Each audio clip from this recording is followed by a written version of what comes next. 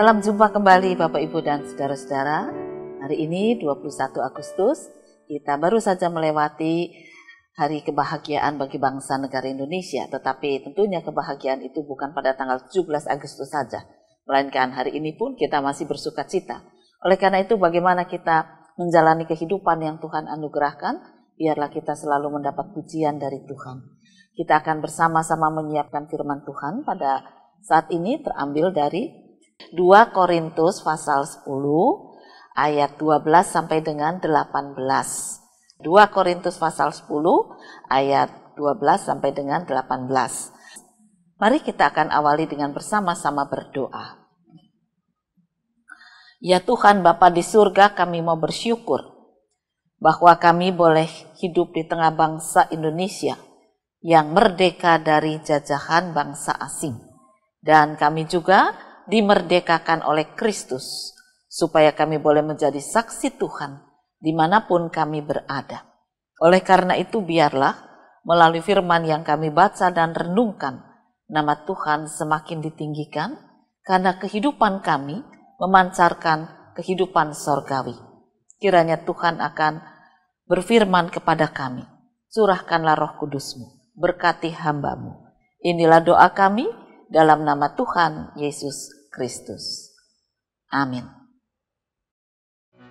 Memang kami tidak berani menggolongkan diri kepada atau membandingkan diri dengan orang-orang tertentu yang memujikan diri sendiri. Mereka mengukur dirinya dengan ukuran mereka sendiri dan membandingkan dirinya dengan diri mereka sendiri. Alangkah bodohnya mereka. Sebaliknya, kami tidak mau bermegah melampaui batas, melainkan tetap di dalam batas-batas daerah kerja yang dipatok Allah bagi kami, yang meluas sampai kepada kamu juga. Sebab dalam memberitakan Injil Kristus, kami telah sampai kepada kamu, sehingga kami tidak melewati batas daerah kerja kami, seolah-olah kami belum sampai kepada kamu. Kami tidak bermegah atas pekerjaan yang dilakukan oleh orang lain di daerah kerja yang tidak dipatok untuk kami. Tetapi kami berharap bahwa apabila imanmu makin bertumbuh, kami akan mendapat penghormatan lebih besar lagi di antara kamu jika dibandingkan dengan daerah kerja yang dipatok untuk kami. Ya, kami hidup supaya kami dapat memberitakan Injil di daerah-daerah yang lebih jauh daripada daerah kamu, dan tidak bermegah atas hasil-hasil yang dicapai orang lain di daerah kerja yang dipatok untuk mereka. Tetapi barang siapa bermegah, hendaklah ia bermegah di dalam Tuhan. Sebab bukan orang yang memuji diri yang tahan uji, melainkan orang yang dipuji Tuhan.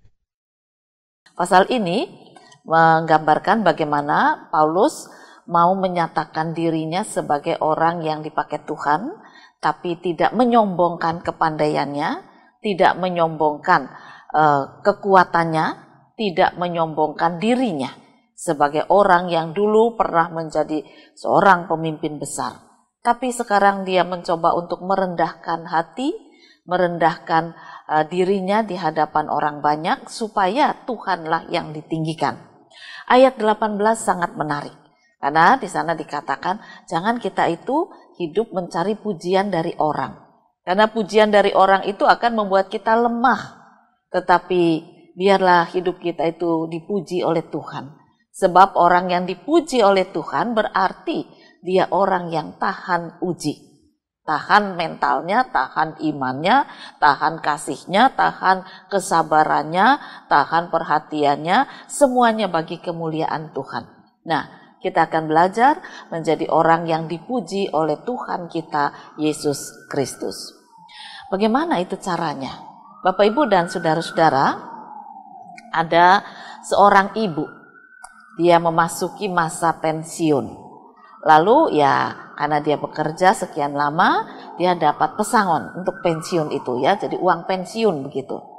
Ya cukuplah untuk dia katakan hidup di hari tua, karena 2 anaknya sudah selesai dan juga sudah bekerja.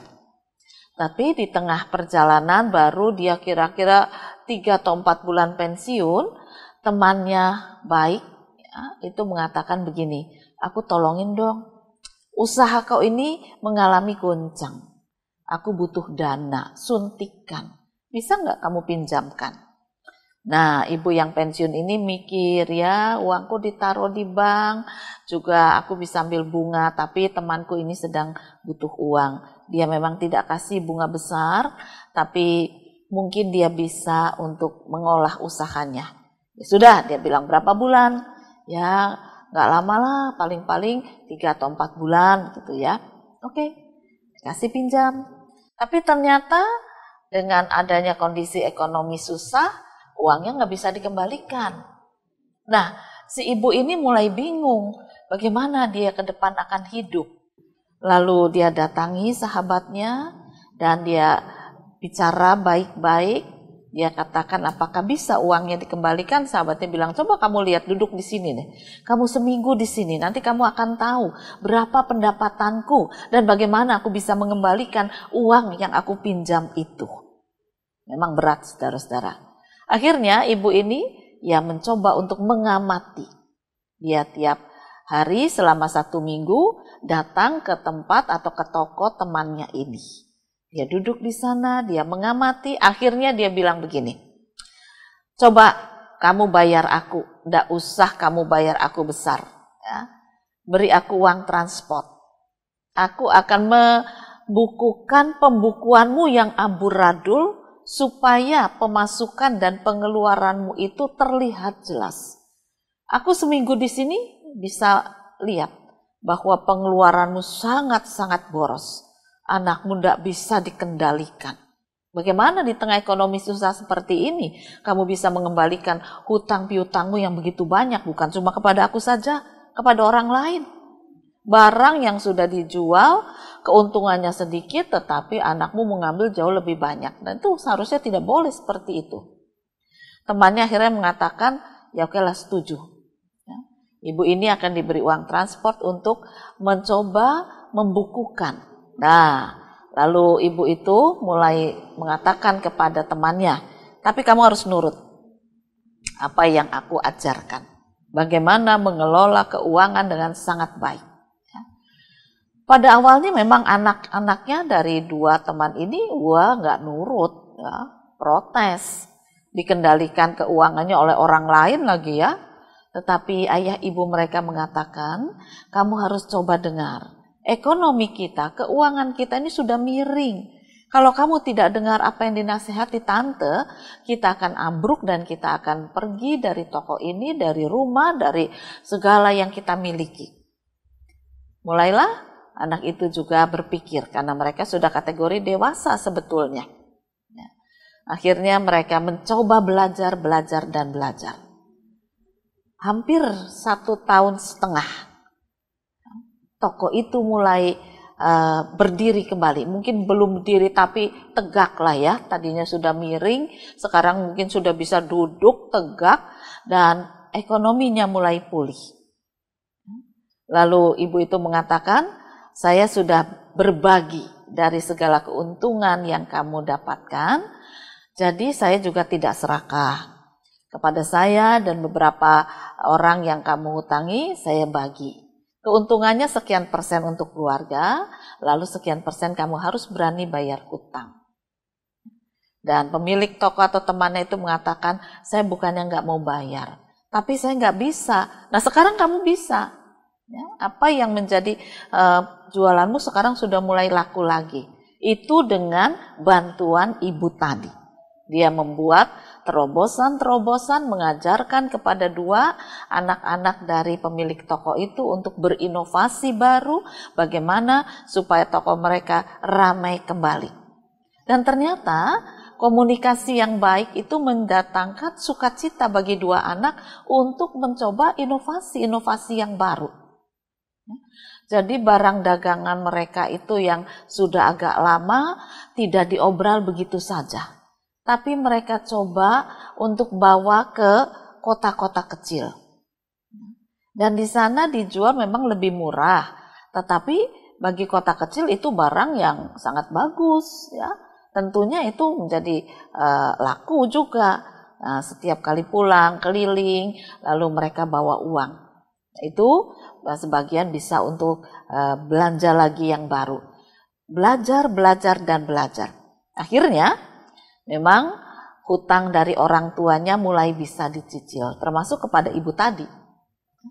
Nah, ibu tadi mengatakan, inilah kehidupan yang harus kamu jalani selanjutnya. Anak-anakmu sudah mulai pandai, aku tidak lagi datang ke sini, tidak usah mbok bayar, tetapi yang penting hutangmu kamu cicil terus-menerus. Karena apa? Karena aku tahu bahwa dengan aku datang ke sini, kamu juga harus bayar aku. Ya. Sekarang aku sudah bisa untuk menegakkan kembali usahamu ini. Bapak, Ibu, dan saudara-saudara, sikap ibu ini tentu akan mendapat pujian. Bukan cuma dari manusia, dari keluarga ini, tapi saya yakin dari Tuhan. Kenapa? Karena dia ingin menolong dengan tulus. Tetapi ketika teman yang ditolong itu terjebak dalam kehidupan yang salah dan tidak mampu membayar hutang, ibu ini tidak emosional.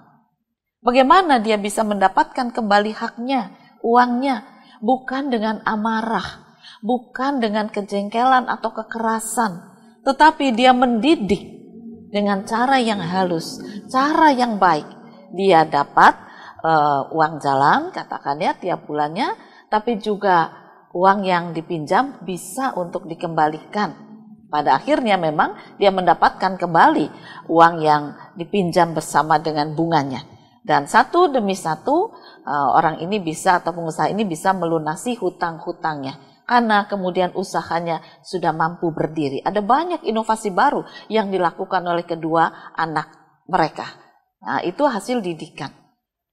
Banyak orang memuji, bukan kepada pemilik toko, tetapi kepada ibu dan dua anak. Ibu yang membantu dan dua anak. Karena apa?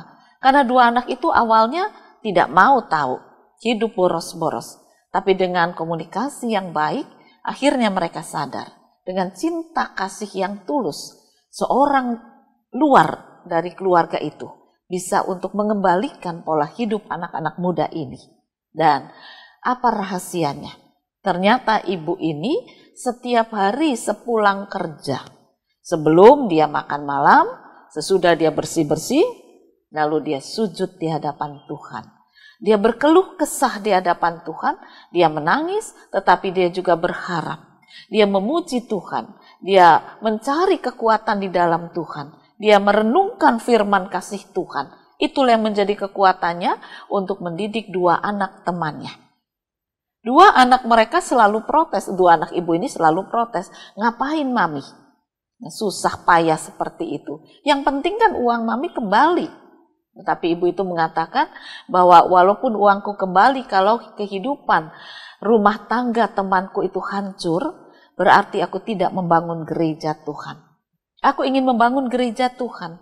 Jadi dengan segala susah payah, walaupun aku ini bukan pegawai resmi, aku cuma dikasih uang jalan, tetapi toh aku bisa mengembalikan rumah tangga menjadi kemuliaan nama Tuhan. Karena akhirnya temannya itu sekeluarga, bersama dengan suami dan dua anak datang kepada Tuhan Yesus.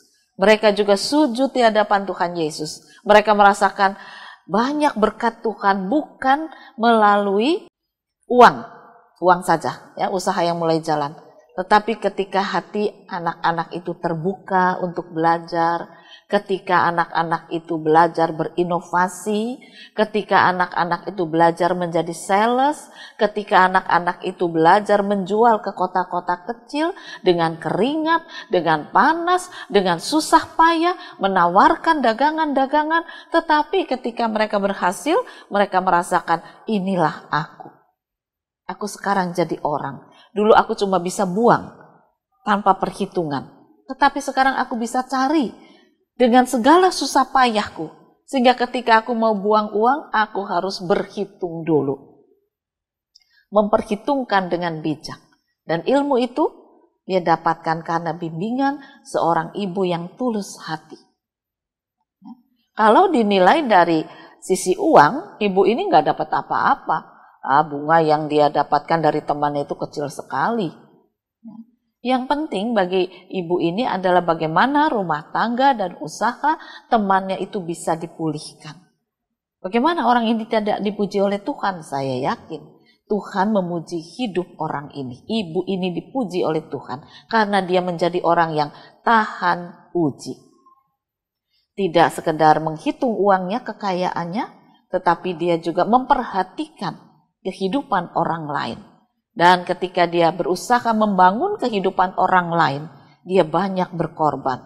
Air matanya, pikirannya terkuras, tenaganya, namanya tenaga pensiunan itu bukan mudah lagi. Tetapi dia terus masuk kerja untuk memberikan teladan kepada temannya, kepada anak-anak temannya, kepada suami temannya, supaya mereka juga bekerja dengan sungguh-sungguh. Apalagi kemudian disertai dengan takut akan Tuhan. Bapak, Ibu, dan saudara-saudara, orang yang tahan uji akan mendapat pujian dari Tuhan. Dan ini tentunya sudah banyak contohnya. Bukan sekedar pujian di dunia, tetapi juga pintu surga terbuka. Oleh karena itu, belajarlah di tengah kehidupan bangsa Indonesia yang masih seperti ini. Meskipun sudah 75 tahun merdeka. Banyak saudara-saudara kita yang terpuruk. Kemiskinan terjadi di mana-mana. Pembodohan terjadi di mana-mana. Bahkan orang yang pandai sekarang ini menjadi bodoh. Bukan bodoh secara ilmu, tetapi bodoh secara hikmat. Orang-orang yang cuma mau mengambil harta orang lain tanpa memikirkan kesedihan orang yang diambil hartanya. Ibu ini memberikan teladan yang baik. Dia tidak mau kehilangan harta. Tapi dia juga tidak mau kehilangan persahabatan. Dia sangat bijak. Sementara ada banyak orang sekarang mencuri dengan cara yang pandai. Ya. Kemarin saya dapat video pendek memberikan nasihat. Kalau dapat kiriman paket, wah harus hati-hati katanya, entah benar entah tidak, tetapi itu membuat kita waspada. Kenapa? Karena di atas kertas tulisan paket itu kan ada nomor HP baik penerima maupun pengirim. Nah itu bisa kemudian dipakai oleh orang-orang yang tidak bertanggung jawab. Ada lagi yang suka menghack HP orang, ada lagi yang bisa membobol tabungan orang. Kok bisa ya orang pandai seperti ini tapi bodoh? Karena dia tidak menjalankan kehidupan untuk mencari pujian dari Tuhan. Mungkin bagi orang-orang seperti ini asal dapat uang itu menyenangkan, tetapi dia bukan orang yang tahan uji. Bukan orang yang menikmati kedamaian sorgawi. Janganlah ikuti langkah-langkah seperti itu. Tetapi sadarkanlah saudara-saudara kita yang masuk dengan langkah-langkah seperti itu. Mungkin pada awalnya apa yang kita perbuat tidak dianggap. Ya, tidak didengar. Dua anak temannya ini juga marah-marah. Wah, mengusir ibu ini. Tetapi dengan tujuan yang baik. Akhirnya ibu ini malah dirangkul, diakui sebagai saudara oleh kedua anak ini. Sebagai ibu mereka juga. Bahkan ketika mereka datang kepada Tuhan, mereka merasakan damai sejahtera Kristus, mereka merasakan ibu ini bukan menyelamatkan hidupnya di dunia, tetapi kelak dalam sorga. Mereka sekeluarga dibawa untuk bisa menikmati kasih karunia Tuhan Yesus. Tahan uji, menjauhkan diri dari kehidupan duniawi yang tidak benar. Bangunlah gereja, bangunlah bangsa ini, bangunlah keluarga dengan iman yang teguh, tahan uji. Dan saudara akan mendapat pujian dari Tuhan. Bangun keluarga melalui tahan uji, bangun gereja melalui tahan uji, bangun bangsa juga. Selamat berkarya, Tuhan memberkati firman-Nya. Amin. Mari kita akan bersama berdoa. Tuhan Yesus, seringkali kami merindukan dipuji orang. Padahal ketika kami dipuji orang, kami kehilangan kerendahan hati kami. Kami sukacita, sombong kami bangkit. Ampunilah kami. Ketika kami semakin senang, semakin mencari pujian orang, maka menandakan kami lemah di dalam iman kami. Kiranya Tuhan menguatkan, memampukan kami tahan uji, supaya kami bukan sekedar dipuji orang, tetapi Engkaulah yang memuji kami, karena kami hidup dengan mentaati segenap firman, berdamai dengan sesama, membawa sesama datang kepada Tuhan, membawa gerejamu bertumbuh berkembang, membawa bangsa ini juga hidup dalam perdamaian, menyongsong kedatangan Engkau yang kedua kali. Kiranya Tuhan akan menopang menolong kami, menjadikan orang-orang yang dipuji oleh Tuhan kami Yesus Kristus. Inilah kerinduan kami. Amin.